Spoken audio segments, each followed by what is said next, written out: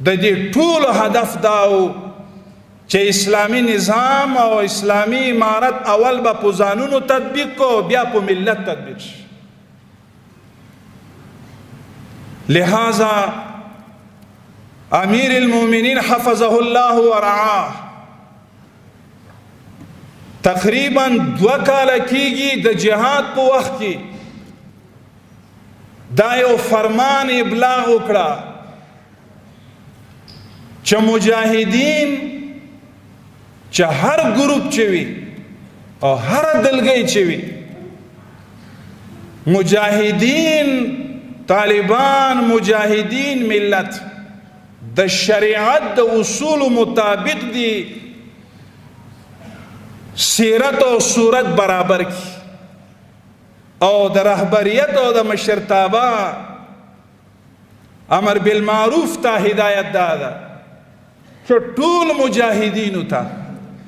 دا فرامین د فتح نه رستو بیا عملی شوی نه دی نو دا دې ورسوي.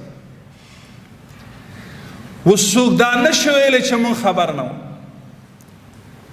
وزارت داخله فیصله وکړه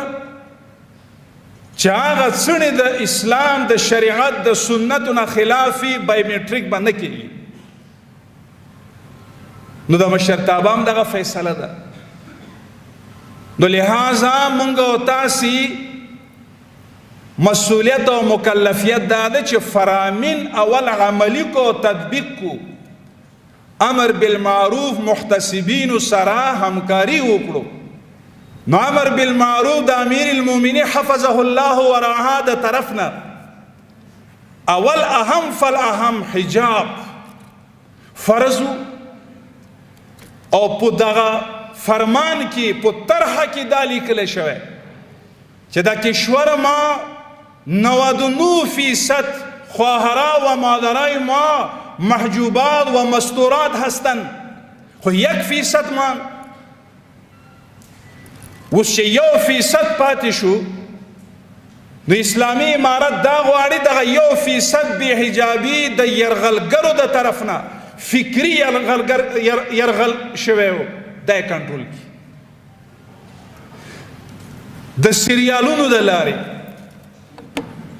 د بعض بې حیایي فلمونو د لارې او د بعضو د مملکتونو د فرهنګ د لارې نو په دې 20 کالو کې یو طفل ماشوم ځوانیږي قدرمندو او هغې ته شب روز دا ویل شوی چې طالب دا بو ده او امر بالمعروف ادم خور ده دا انسان خواره ده. نو چې په دې 20 کالو کې هغوی کوشش وکړو پول و پیسه را توزیع کردن و استخدام نمودن به شکل اشکال مختلف و زمون ذمہ داری داده چې دغه فکر ختم کو اسلامی مفکوره په جامعه کې پیدا کو.